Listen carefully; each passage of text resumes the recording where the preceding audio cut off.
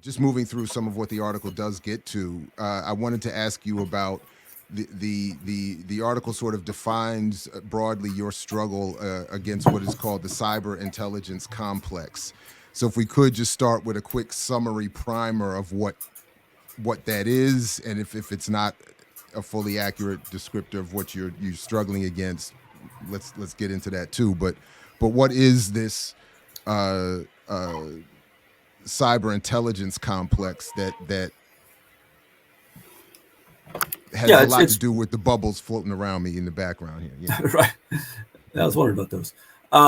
It's a it is an accurate term of how I see it. I mean, it's a term that they're using a term that I myself coined to describe it. So they're Mhm. definitely accurately stating how I've presented the problem. The one thing that needs to be kept in mind at all times through this has been the same for the last 10 years.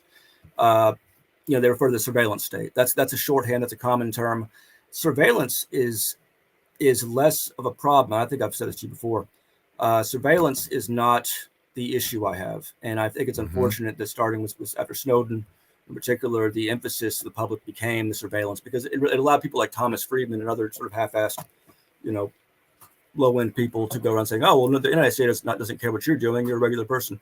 It's not so much about surveillance as what can be done with that, and it's not so much about seeing you as it is being able to form your views, to know your views, to use that information in ways that Cambridge Analytica and Palantir and these guys did to better cater to our prejudices as individuals and better cater to our dreams, wishes, so forth.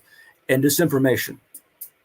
Disinformation is the other side of that coin. The ability to increasingly create complex disinformation apparatus that even years later are still not being properly understood in the public, even the ones we found about 8 years ago that were revealed, to say nothing of what's evolved from these technologies since then.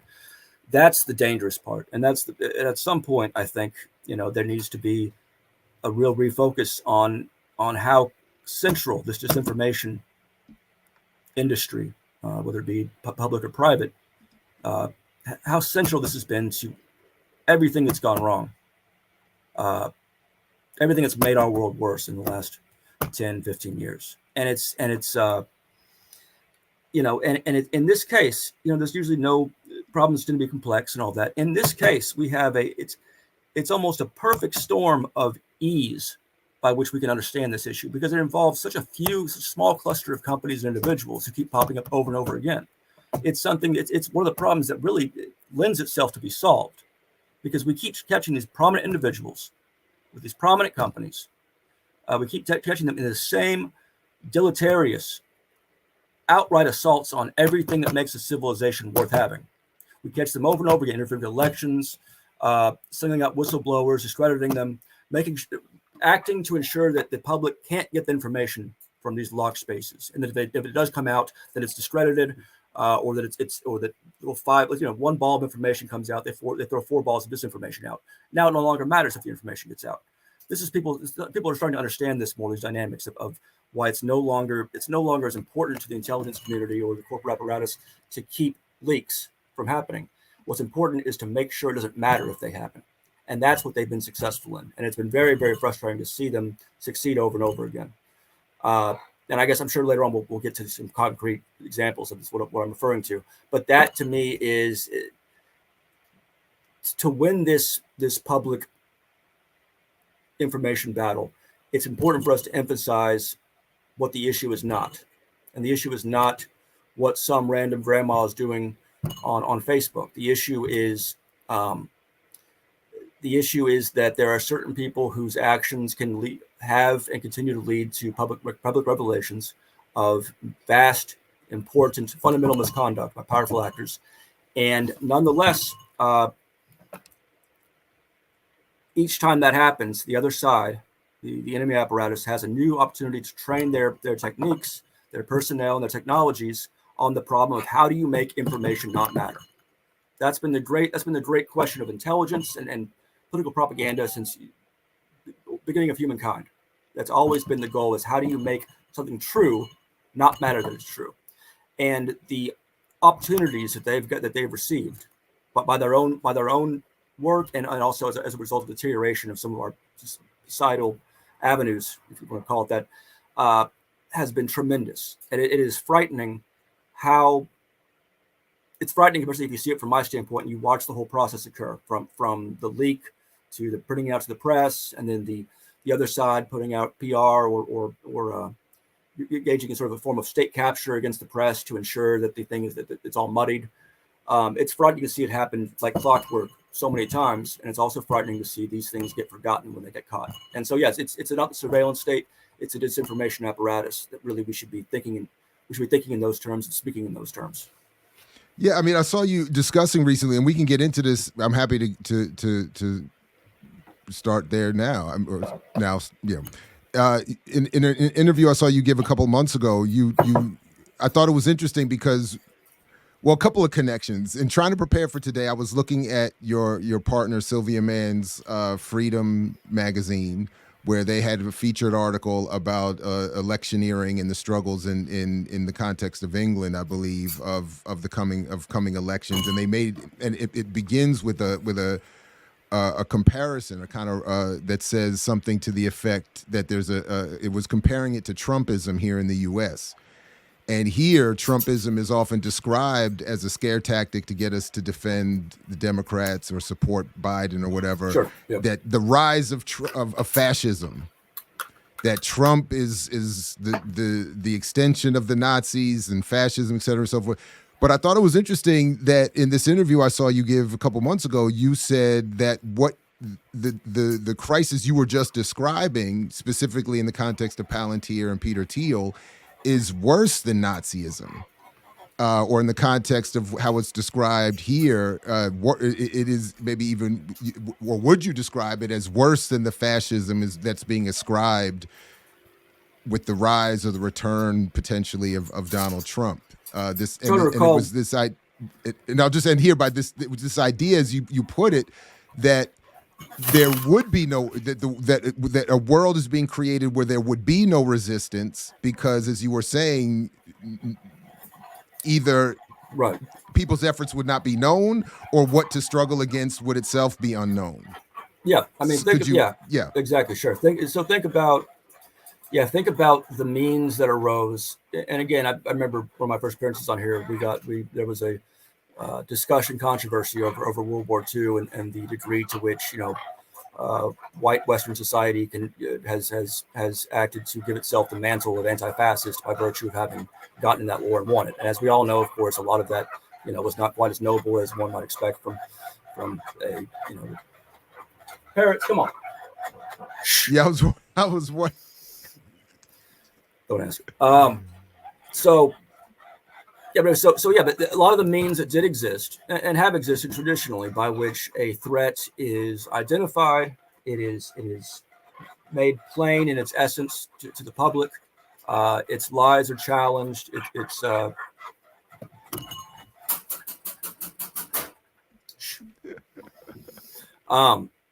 lot of those things are no longer like those are the avenues, those are the spears that the public has traditionally, by which it is able to, say this is a thing, this is a bad thing. Here's what it's done. Here's what here are the consequences so far. Here's how we're going to stop it. Those avenues are the exact avenues that need to be shut down by people like Peter Thiel in these cases. And unlike Hitler, Peter Thiel had, Hitler, of course, had a great deal of support, active support from apparatuses across the world, in the U.S. and the U.K., just like Mussolini did. You had Churchill, speaking in favor of Mussolini. You had lots of British royals, including the king before he abdicated in 1937, who were pro-Hitler. So they had that. The Germans had that before World War II. But what they didn't have is the degree, a infiltration and a partnership with the intelligence apparatus of both Western, capitalist democracies and authoritarian, traditional authoritarian countries. But Peter Thiel has that. Just looking at what Palantir does and how many intelligence agencies, guys, come on, talking about Hitler here. We have, got him riled up. He has so many tools in his belt. And I always say Peter Thiel because that's kind of the center, as you know, the center of what I see as the the Dark Enlightenment network, and that's kind of how the Dark Enlightenment themselves, the people see themselves. They see him as their leader. I agree with them. He is their leader. There's also Elon Musk and all these people, Joe Rogan. I've talked about this in the past and the connections there.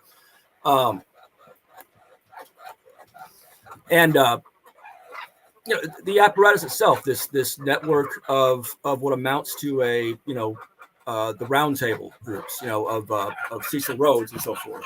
These people who were white Anglo-Saxons who informally sought to enforce this vision of a big Anglo-Saxon alliance across the Atlantic that would keep us in power as long as possible.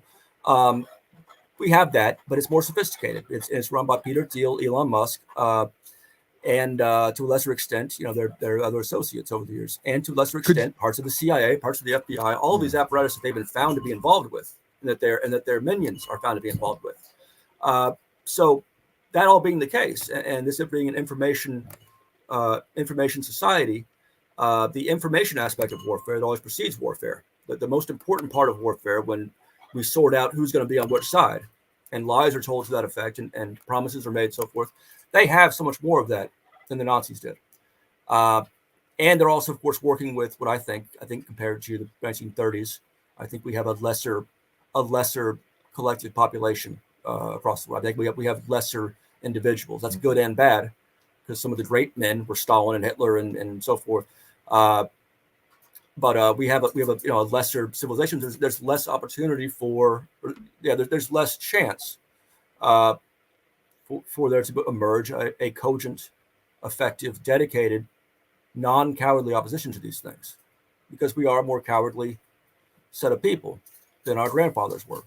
I think you may agree with that. I don't know. I don't know. Yeah, I don't know. Perhaps usually, because I usually hear that claim connected to that Manosphere thing, where it's connected to a retrograde politic that I recoil from. So I don't know.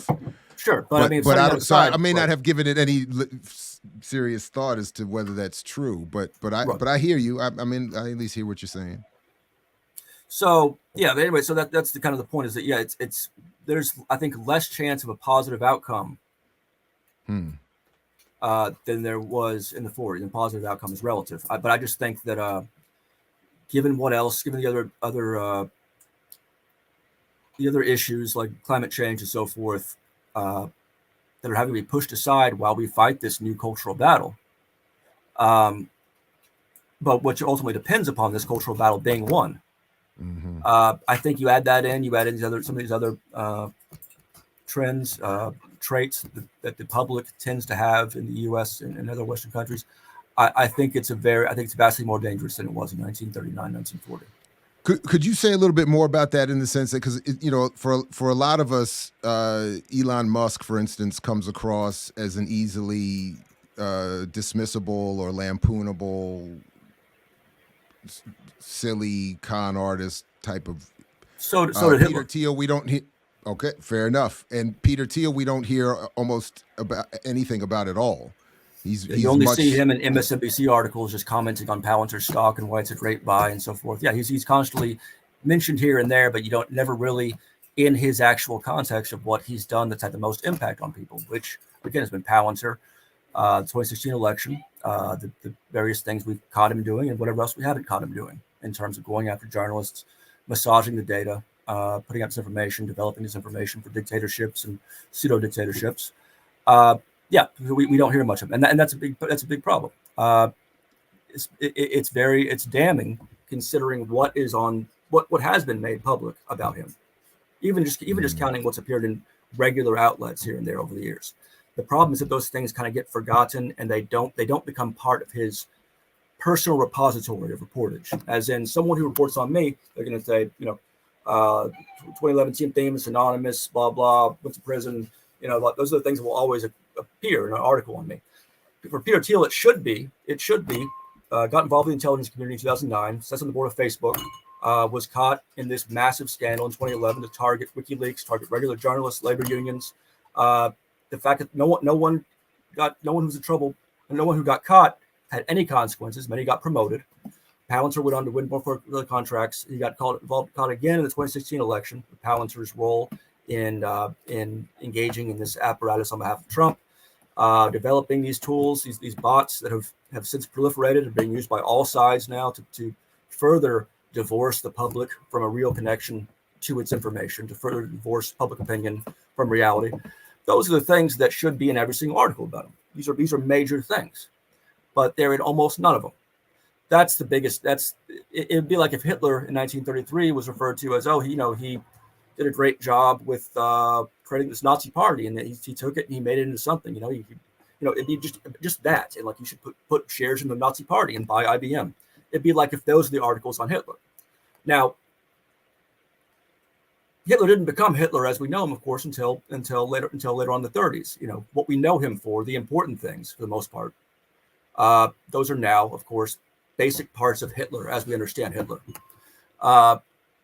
With Peter Thiel and frankly with a number of the people who should not be taking these roles in society that they have taken, they have managed, sometimes because of the negligence of the press, sometimes through more direct means involving buying off reporters, it would be Matt Taibbi or whatever, have managed to create a situation in which they can beat us and kick us every night, and the next day we're remembering how a week ago they set up a company or invented or launched a new electric car. That's a dangerous situation. It's very, very frustrating for those of us who track this very carefully over the years and who have kind of watched the consequences and watch all the reporters forget what's happened. And it's frustrating, and it is to me the most disturbing dynamic in play. This even in American terms, this goldfish memory sort of attribute that our press has and our public has, and that's what makes it so difficult for the public to really assess anyone or anything. That's a big part of it. The Just press as I move through this website, I think it's interesting. We don't even see Peter Thiel's name. I mean, it's like he's receded from.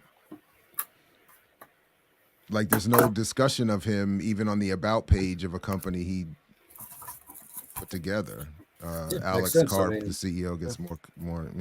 Yeah, Alex Karp himself Alex Karp's alleged acceptance of mainstream Democratic Party values is what helped to camouflage Palantir from the Democratic Party.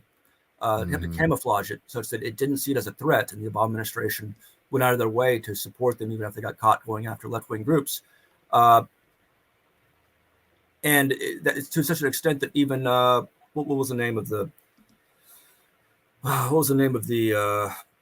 Hillary Clinton's staffer who WikiLeaks had put out his email, not Pot Harrods. Anyway, one of the major Democratic DNC people whose emails were later leaked by WikiLeaks in 2015 or so. Among those emails, you see him talking to somebody else about, we can get Alex Karp and we can get Palantir. Was that Podesta? Podesta, yes, that's it. Yeah.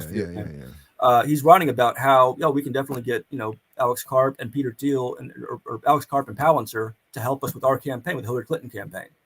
Now, had he spent more than a few minutes reading something besides Thomas Friedman or Washington Post, Podesta could have come to understand that no, Thiel is not the friend to the centrist Democratic Party. That's been made clear by what he's done, who he employs, and who they go after and who they don't. And they learned that lesson too late after Palantir turned up to be involved in helping Trump to win the 2016 election. In a more ideal world, lessons would be learned from that. And the Democratic Party centrists who have allowed this thing this monster to go out of control and protected it and incubated this monster before it turned on them, they would learn lessons. They'd be like, you know what, maybe in the future, let's not just not engage in this kind of wishful thinking where all the information facets and intelligence community people are going to be on our side. Let's prepare for an eventuality in which they're not, in which they're actually support people very much like them, white supremacist con artists.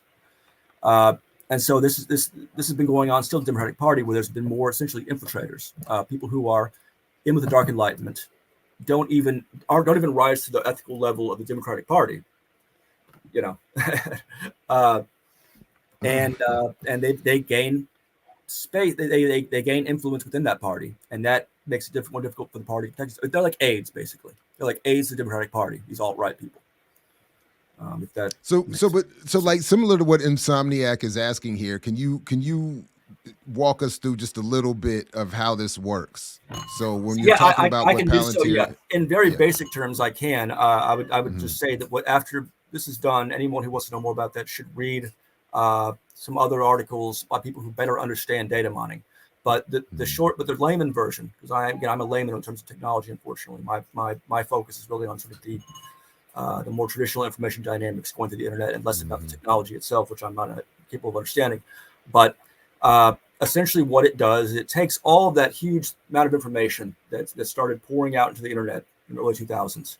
And it does what all the intelligence agencies and companies and political groups, so forth, what they all needed was to make sense of that information, take it and figure out, who do I target in a campaign? What population in this county, if we're talking about the US, what population should see Facebook, things talking about the Great Replacement theory, and which ones should see something about Mexicans, and who should, and they take that, and they're not only able to thus have a valuable, workable map of who believes what and who can be conned via what mechanisms on a county by county basis.